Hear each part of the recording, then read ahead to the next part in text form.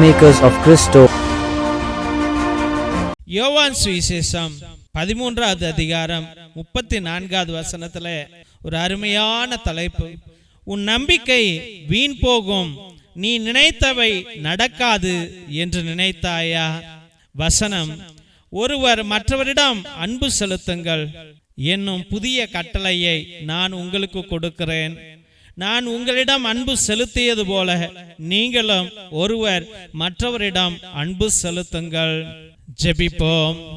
என் நேச பிதாவே, கர்த்தாவாகிய கர்த்தாவே, கல்வாரி நாயகனே, இந்த 3 மணி அளவிலே ஏசப்பா எங்களுக்காக அந்த வெயிலிலும் அந்த உருக்கமான சூழ்நிலையிலும் ஆண்டவரே உம்முடைய உடலிலிருந்து ரத்தம் சிந்தியது, உம்முடைய உடலிலிருந்து ஆண்டவரே வியர்வை சிந்தியது. ஆண்டவரே, அங்கு இருந்த மண்ணும் கல்லும் முள்ளும் உன்னுடைய உடம்பை ஊடுருவி எடுத்தது சுவாமி. அப்பா, அந்த வலியானது அப்பா தாங்க முடியாத வலி சுவாமி. அதை நீர் பொறுத்து கொண்டீர் ஆண்டவரே, எங்களுக்காக பொறுத்து கொண்டீர் சுவாமி. அதே போல ஆண்டவரே, நீ கொடுத்த கட்டளை ஒருவரிடம் அன்பு செலுத்துங்கள் என்று சொன்னீரே ஆண்டவரே. அப்பா, உன் கட்டளையை நான் பின்பற்றி ஆண்டவரே அன்பு செலுத்த ஆரம்பித்தேன். ஆனால் ஆண்டவரே, நான் இன்று தோற்றவனாக இருக்கிறேன் ஆண்டவரே, நான் தோற்று போய் இருக்கிறேன் சுவாமி. என் அன்பு வீணாய் போய் கடக்கிறது ஆண்டவரே.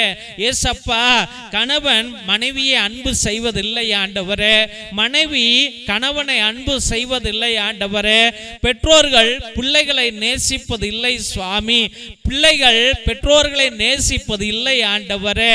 அப்பா, அண்ணன் தம்பிகள் மத்தியிலே உறவுகள் இல்லை ஆண்டவரே.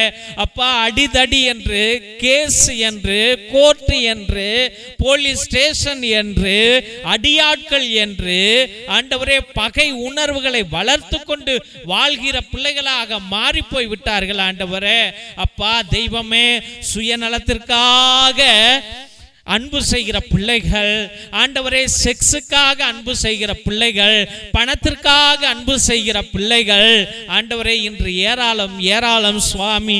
இயேசு ராஜாவே, எனக்கு எதுவாவது வரணும், இல்லைன்னா நான் அவனை அன்பு செஞ்சு என்ன வேஸ்ட் என்று சுயநலத்திற்காக அன்பு செய்கிறவர்கள் தான் ஏராளம் சுவாமி. ஆனால் நீர் ஆண்டவரே எதையுமே எதிர்பார்க்காமல் எங்களை நேசித்தீர் ஆண்டவரே.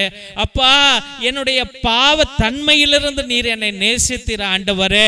ஆண்டவரே, நான் அசுத்தமானவன் என்று தெரிந்தும் என்னை நேசித்தீர் சுவாமி. ஆனால் தேவனே, நான் தான் ஆண்டவரே உன் பாதையை விட்டு போய்விட்டேன், உன்னை மறந்து போய்விட்டேன் ஆண்டவரே, உன்னை வெறுத்து வாழ்ந்தேன் சாமி. ஆண்டவரே, தகாத உறவுகளுக்குள்ளாய் சென்றேன் ஆண்டவரே. அப்பா, தகாத மனிதர்களிடம் பழகினேன் சுவாமி. இயேசுவே, என் பாவங்களை எல்லாம் மன்னிக்க ஜெபிக்கிறோம் ஐயா. ஆண்டவரே, நான் இனிமேல் எதையுமே எதிர்பார்க்காமல் அன்பு செய்யணும் சாமி. என் மனைவியை உண்மையாக நேசிக்கக்கூடிய பாக்கியத்தை கொடுங்க. என் கணவனை ஆண்டவரே அவன் பலகீனத்தை புரிந்து கொண்டு அவனை நேசிக்கக்கூடிய கிருபையை கொடுங்க ஆண்டவரே. என் பெற்றோர்களை ஆண்டவரே அவர்களுடைய வயது மூப்பு தன்மையிலும் நான் அவர்களை நேசிக்கக்கூடிய பாக்கியத்தை எனக்கு கொடுங்க சுவாமி. என் அண்ணன் தம்பி அக்கா தங்கைகளை நேசிக்கக்கூடிய கிருபையை கொடுங்க ஆண்டவரே. அப்பா, நான் தான் பாவியாக வாழ்ந்து விட்டேன் ஆண்டவரே. ஆண்டவரே, நான் உனக்கு துரோகம் செய்தேன் ஆண்டவரே, என்னுடைய ரத்தத்திற்கு நான் துரோகம் செய்தேன் ஆண்டவரே.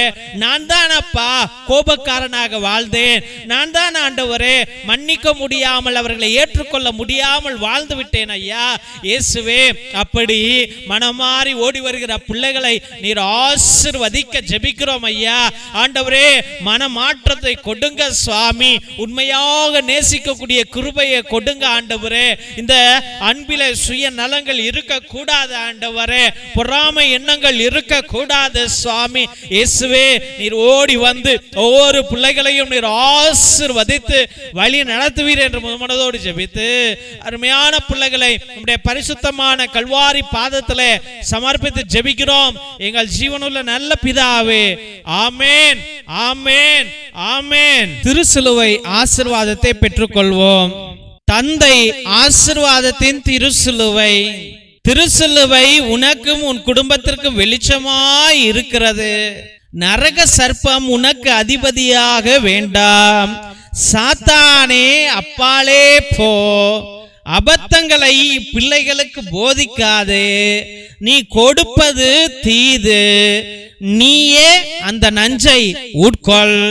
நற்கருணை ஆசீர்வாதத்தை பெற்றுக்கொள்வோம். எல்லாம் அல்ல இறைவன் தந்தை, மகன், தூய ஆவியார் உங்களையும் உங்கள் குடும்பத்தையும் ஆசீர்வதித்து வழிநடத்தி காத்தருள்வாராக. ஆமென், ஆமென், ஆமென். இறை இயேசுவில் அன்பார்ந்த சகோதர சகோதரிகளே, உங்கள் அனைவருக்கும் எங்களுடைய மனமார்ந்த நன்றிகளை தெரிவித்துக் கொள்கிறோம்.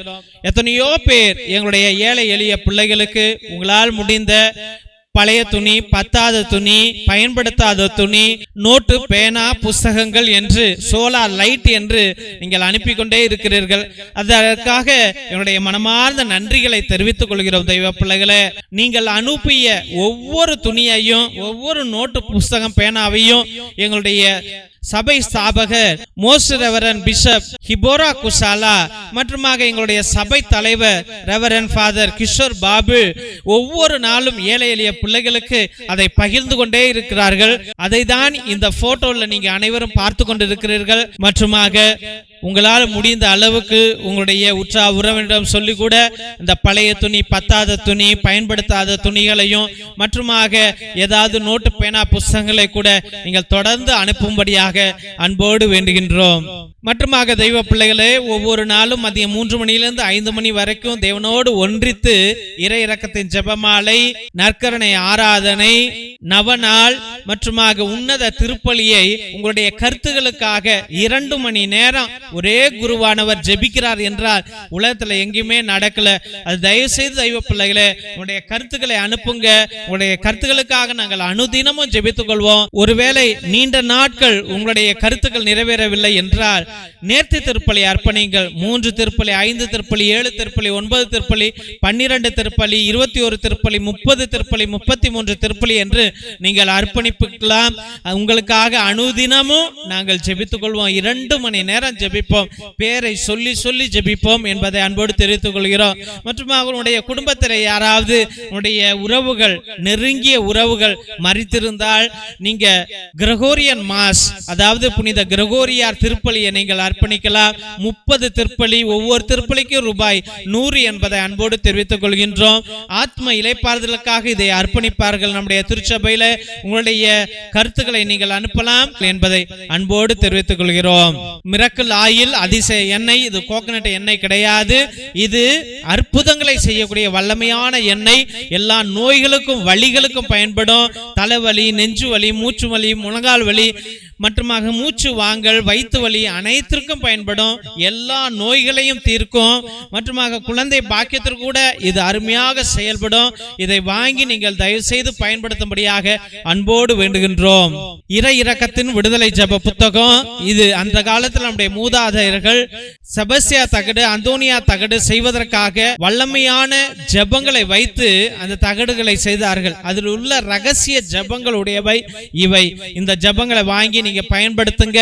உங்களுடைய செய்வினைகள், கட்டுகள், குடும்ப கட்டுகள், தலைமுறை சாபம் அனைத்திலிருந்து உங்களுக்கு விடுதலையை ஆண்டவர் கொடுப்பார். இது வல்லமையான புத்தகம் தெய்வ பிள்ளைகளே. இதை வாங்கி நீங்கள் பயன்படுத்தும்படியாக அன்போடு வேண்டுகின்றோம். மற்றும் தெய்வ பிள்ளைகளே, ஒவ்வொரு நாளும் மதியம் 3 மணியிலிருந்து 5 மணி வரைக்கும் நடக்கும் இந்த உன்னத ஜெபத்தில் கலந்து கொள்வதற்காக நன்றிகள். இந்த சேனலை தயவு செய்து சப்ஸ்கிரைப் பண்ணுங்க, இதை ஷேர் பண்ணுங்க, உங்களுடைய வாட்ஸ்அப் ஸ்டேட்டஸ்ல வைங்க, உங்களுடைய வாட்ஸ்அப் குரூப்ல வையுங்க, மற்றவர்களிடம் பகிர்ந்து கொள்ளுங்கள். தெய்வ பிள்ளைகளே, இந்த ஜெப வழிபாட்டில் கலந்து கொள்ளுங்க, கேட்டுக்கொள்ளுங்க. ஆண்டவர் அற்புதங்களை அவர்களுக்கு செய்வார். நீங்க இந்த ஊழியத்தை தாங்கினார், உங்க குடும்பத்தை ஆண்டவர் தாங்குவார் என்பதை அன்போடு தெரிவித்துக் கொள்கின்றோம். தேவனுக்கே மகிமை உரிதாகுக. God bless you all.